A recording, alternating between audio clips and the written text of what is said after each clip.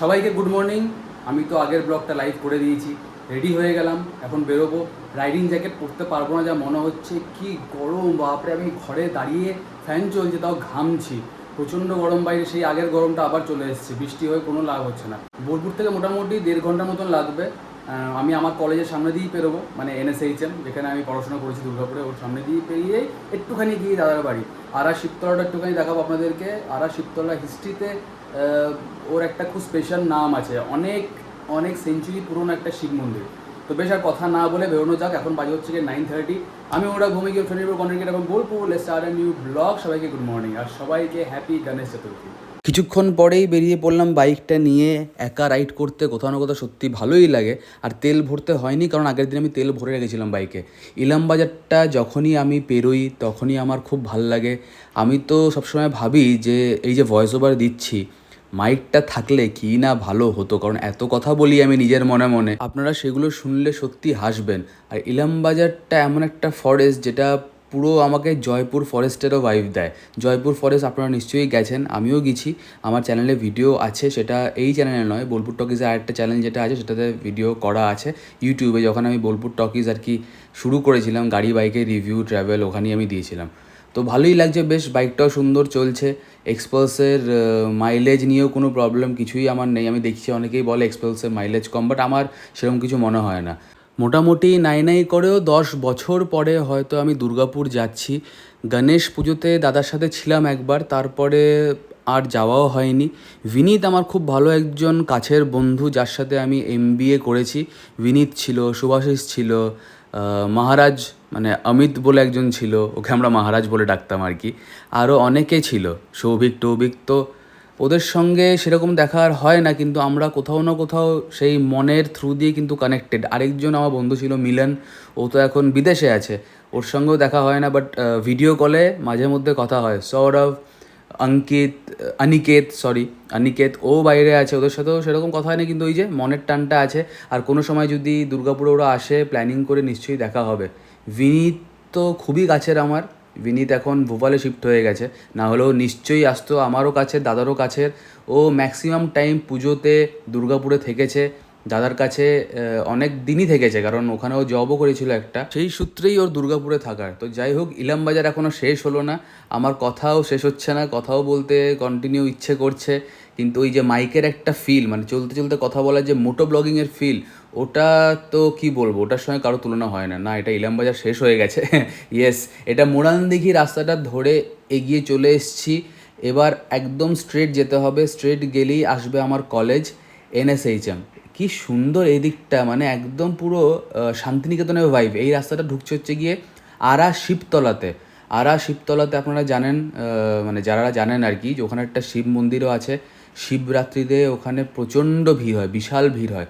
আমি 1-2বার শিবরাত্রি ওখানে সেলিব্রেট করেছি, প্রচণ্ড মজা করেছি। আর আজকে তো যাচ্ছি মন্দিরের সামনে দিয়েই, তো দেখা যাক আপনাদেরকে দেখাতে পারি কি না। ইচ্ছা তো আছে দেখানোর, হয়তো ভেতরে যাবো না, কিন্তু একটু হলেও নিশ্চয়ই দেখাবো। যদি আজকে দেখাতে না পারি, তাহলে কালকে আরেকটা পার্ট আসবে ব্লগের।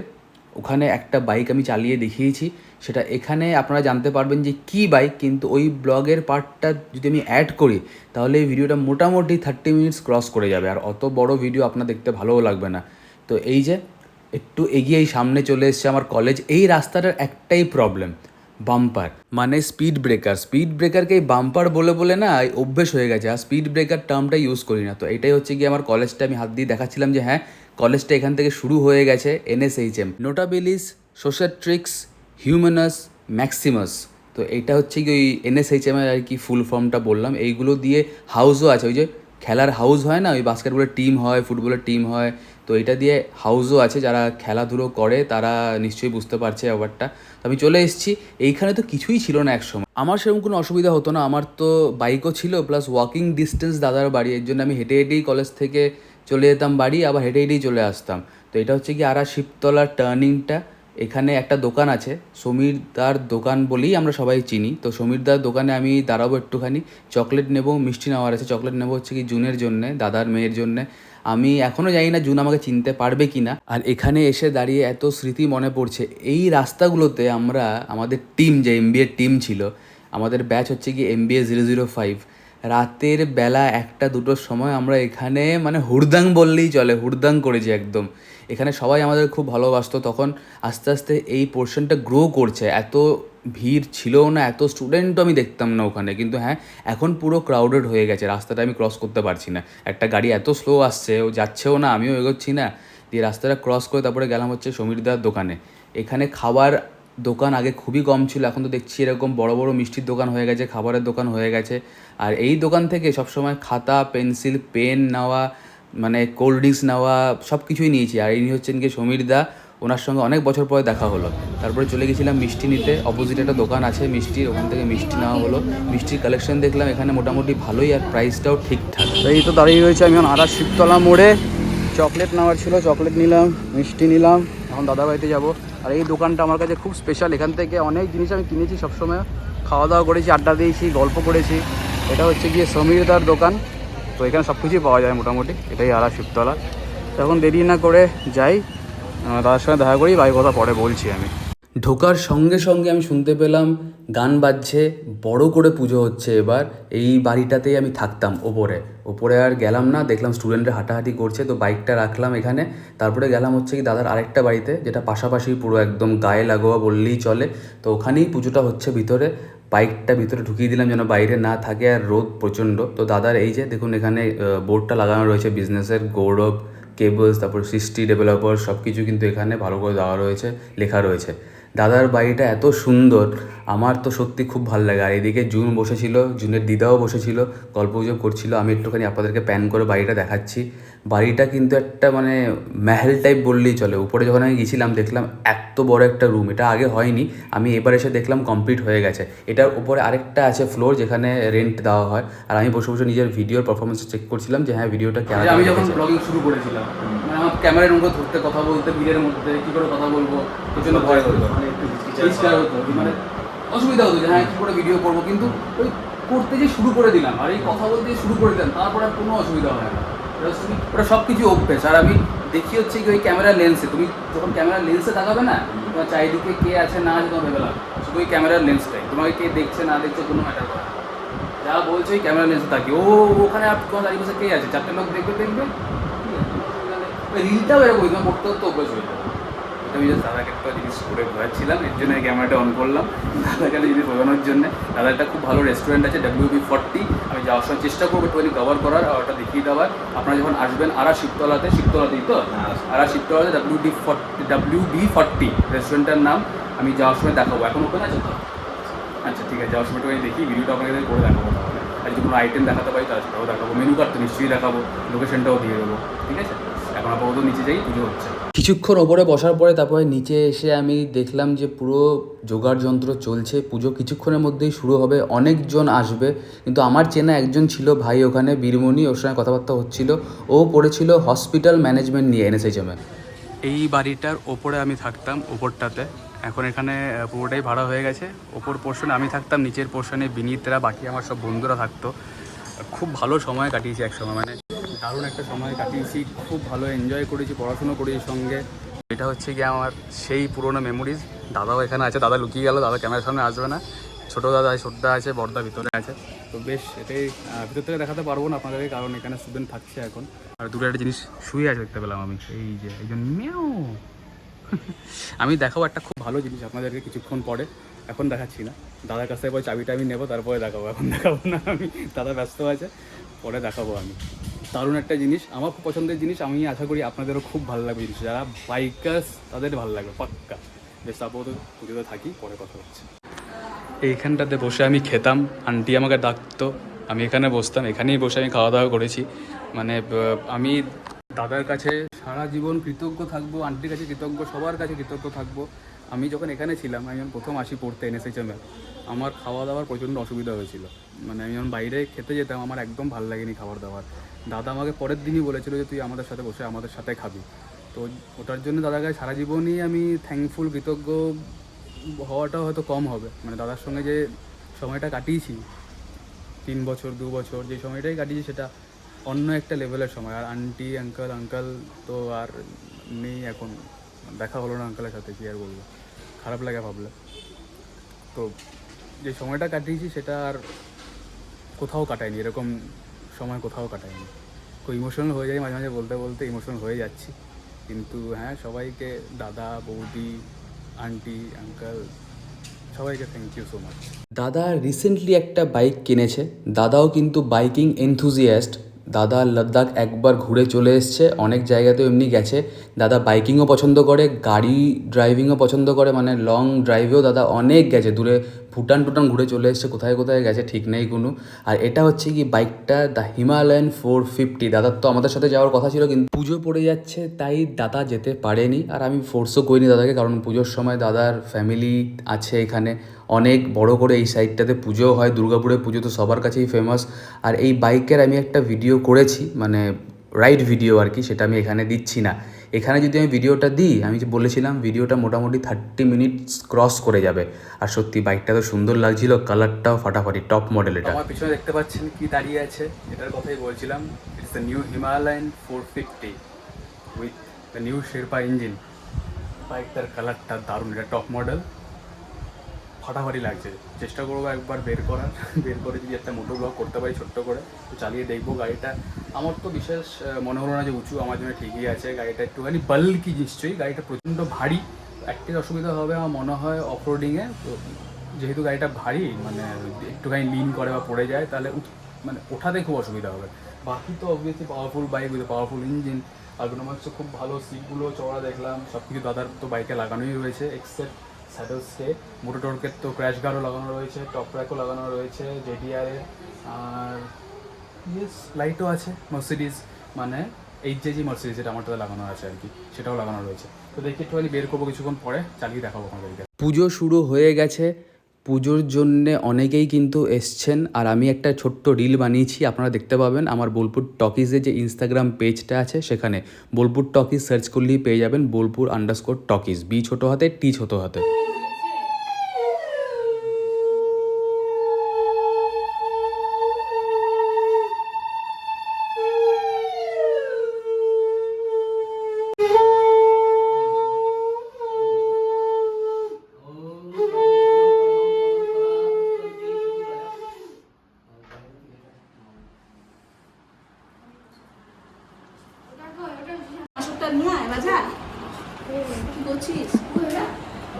হ্যাঁ, আমি চিনতেই পারছিলাম না সিরিয়াসলি। ওকে আমি বললাম যে তুই আমাকে চিনতে পারছো, বলছে একদম কোলে ঠিক ওরকমই। জুনের মনে আছে ভালো। হ্যাঁ,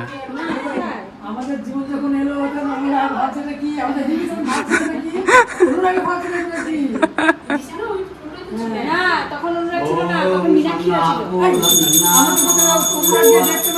ছিল।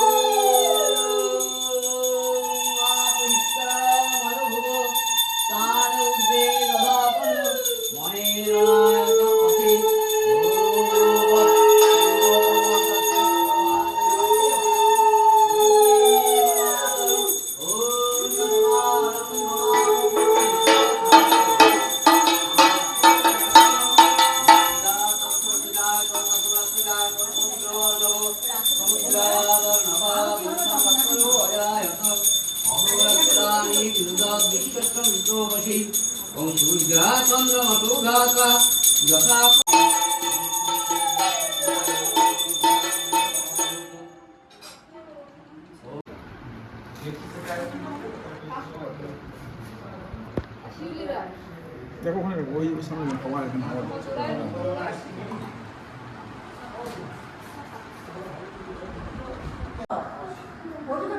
মনে হয় আসছি বেকিং খাওয়া সোডা বলছে, খাওয়া সোডাতে বেকিং পাউডার। ওই ছোটটা দেখো চ্যাপটা যে ইয়ের বাটারের কোটোটার মধ্যে আছে, বাটারের কোটোটার মধ্যে সাদা রঙের। হ্যাঁ অনেকটা আছে। দাঁড়িয়ে আমাদের কিন্তু গাং গণেশায় নমঃ।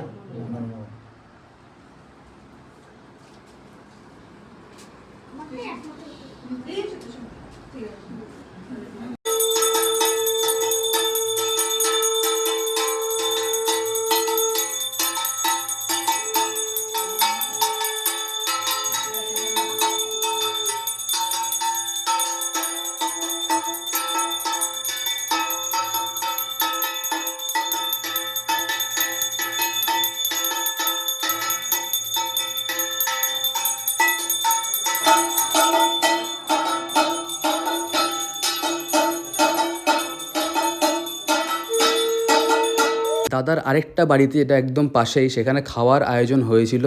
আমি প্রথম ব্যাচেই বসে পড়েছিলাম, কারণ আমাকে আসতে হবে আবার ফিরে। সেকেন্ড হাফে এসে আমাকে যেতে হবে আরেকটা জায়গাতে, রসনাই ভিলেজ রিসর্টে। ওটার ক্লিপও আমি অ্যাড করে দেবো, ওখানেই আমার যাওয়ার আছে। তাই ভাবলাম এখানে খাওয়া দাওয়া করে একটুখানি পরেই বেরিয়ে পড়বো।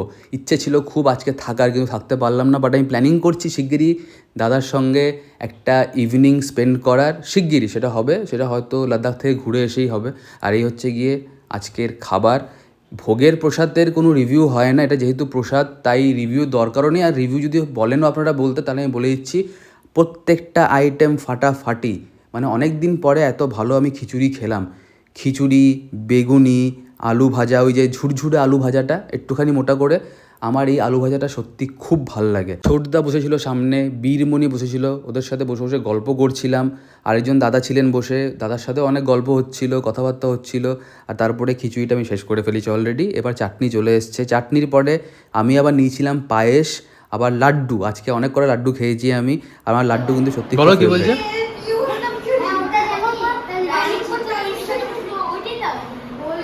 ইনস্টাগ্রামে দিই, মোটামুটি ছবি টবি দিই, ছোটো ছোটো ভিডিও দিই। ভাইরা খুব জিজ্ঞেস করছে না ওরকম কোয়েশ্চেন। ভাই ছোটদার ছেলে, ওকে আমি চিনি না। ছোটদার ছেলেকে আমি একদম ছোটোতে দেখেছি, মানে যখন থেকে জন্মেছেও তখন থেকে দেখা আমাকে। ওকে আমি চিনি না। আমাকে জিজ্ঞেস করছিল যে চ্যানেলটার নাম কি। আমি বললাম বোলপুর টকিজ বাইকের সম্বন্ধে। অনেক কোয়েশ্চেন করলো, অনেক আনসার দিলাম আমি। এই বয়সেও কত কিছু জানে ওরা। জুন, টাটা, বাবাই, দেখা হবে আবার। ভালো থেকো সবাই। মিলতে হয় ছোটো সে ব্রেক কে বাদ। বাবাই। জুনকে দেখাই যাচ্ছে না। Tata tata tata. তো এখন এখান থেকে বেরিয়ে যাব, এই যে দাদার বাড়ি থেকে। এদিকে খাওয়া দাওয়া চলছে। দাদাকে বললাম আমি আসছি, পরে দেখা হবে। চলো টাটা বাবাই, দেখা হবে আবার। দাদা, ও দাদা, টাটা বাবাই বাবাই বাবাই, সবাইকে টাটা বাবাই। বেরোনোর আগে প্রগতি আমাকে ফোন করেছিল, বললো বোলপুরে প্রচণ্ড বৃষ্টি হচ্ছে। আমি বললাম ঠিক আছে, তাহলে আমার তো রেনকোট আছেই, কোনো অসুবিধা সেরকম কিছু হবে না, কারণ আমি ব্যাগের মধ্যে এখন রেনকোট নিয়েই ঘুরি। সত্যি কথা বলতে বাইকটা চালাতে খুব ভালো লাগছিল। দেখলাম রাস্তাঘাট ভিজে, তার মানে এইদিকে বৃষ্টি হয়েছে। আর হালকা হালকা কিন্তু বৃষ্টি পড়ছিল। ক্যামেরার লেন্সে একটু জল জমেছিল, সেটা আমি হাত দিয়ে পরিষ্কার করে দিয়েছিলাম। কিন্তু হ্যাঁ, বৃষ্টি কিন্তু হয়েছে ভালোই। আর যাওয়ার সময় একটু একটু পড়ছিল বৃষ্টি। একটা অল্টো এরম করে পাশ দিয়ে আমার পেরোলো। সাথে কি অল্টোকে লর্ড অল্টো বলে, মানে আমার নিজের কাছেও ছিল লর্ড অল্টো, এর জন্য আমি জানি যে হ্যাঁ অল্টোটা লর্ড অল্টোই। ও কোথায় চলে গেল দেখুন। আর এই পার্টটা হচ্ছে গিয়ে ফেরার। আমি ভাবলাম একটুখানি অ্যাড করে দিই, কারণ ইলামবাজারের ভিডিও না দিলে আমার মনে হয় ব্লগটা সম্পূর্ণ নয়। 2000 years later.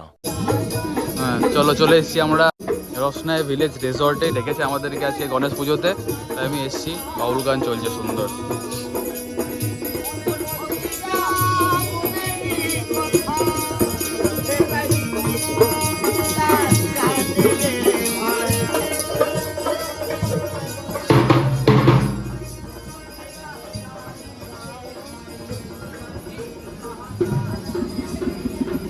পুজো এখনো হচ্ছে। পুজোর ওই যে আনন্দদান থেকে চলে এসেছি মনে হচ্ছে।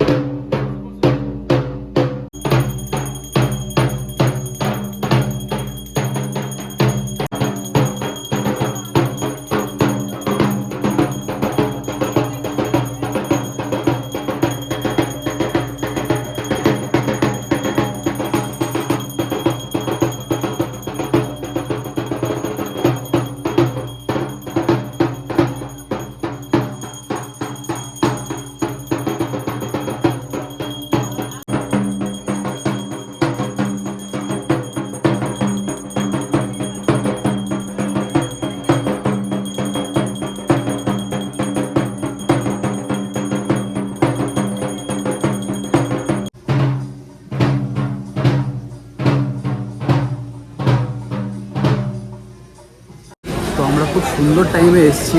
এখন সন্ধ্যা আরতি হচ্ছিল, তখনই ঢুকেছিলাম। খুব সুন্দর দিদি ঢাক বাজার, দারুণ বাজার, মানে পুরো মনে হলো একদম পুজো পুজো ফিল। আর দাদার ডাকে আমি আজকে আসতে বাধ্য হলাম, কারণ আমার সত্যি শরীরটা টায়ার্ড লাগে। এবং সকালবেলা আমি গেছিলাম দাদার কাছে, মানে দুর্গাপুরে আমার দাদা আর কি। এখানে আমাকে রাস্তায় ভিলেজ কাছে দাদা আছেন, যিনি ওনার আমাকে ফোন করেছিলেন। তো ফোন করে বললো যে এসো, আমি বললাম ঠিক আছে, সন্ধ্যাবেলা নিশ্চয়ই যাবো। এর জন্য আমি চলে এলাম, আর না থাকতে পেরে আর সত্যি খুব ভালো লাগছে। দারুণ অ্যাম্বিয়েন্স, এটা হয়তো গণেশ ঠাকুরই দেখেছে, তাই এর জন্যই হয়তো আসতে পেরেছি। এরপরেই তো সব পুজোর শুরু, এবার পুজো শুরু হয়ে গেল, বিশ্বকর্মা কিছুদিন পরে, তারপরে তো দুর্গা পুজো। তুমি থাকছো না দুর্গা পুজোতে? নেক্সট ইয়ার থাকবো আপাতত। ইয়েরটা ধরে নাও যে নেক্সট ইয়ার থাকবো, একটুখানি বসি, তারপরে বাকি কথা পরে বলছি, যেমন আমি বলি সবসময়।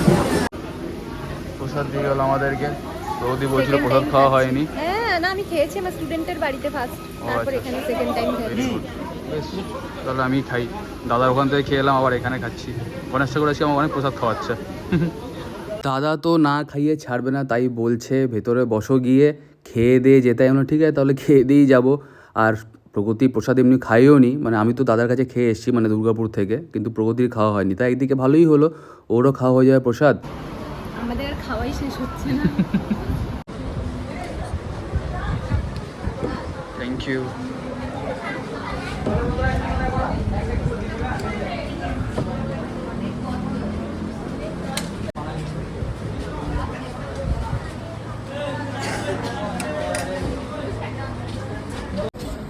খিচুড়িটা ফাটাফাটি, আলুর দমটা ফাটাফাটি, আর একটা সবজি ছিল আমি খেয়ে নিয়েছি। প্রত্যেকটা আইটেম ফাটাফাটি। এক তো প্রসাদ নিশ্চয়ই ফাটাফাটি এর জন্যই, প্লাস রান্নাগুলোও ভালো, ফাটাফাটি।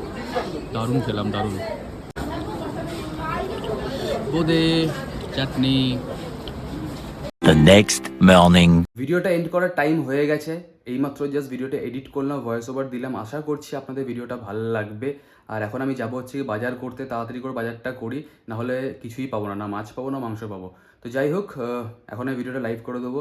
আর এই ভিডিওটা যদি কিছু ভালো লেগে থাকে, please like, share, comment and follow. বলবো টকিজ বেশি করতে, ফলো করতে, লাইক করতে, কমেন্ট জানাতে কেমন লাগছে। দেখা হচ্ছে কালকে।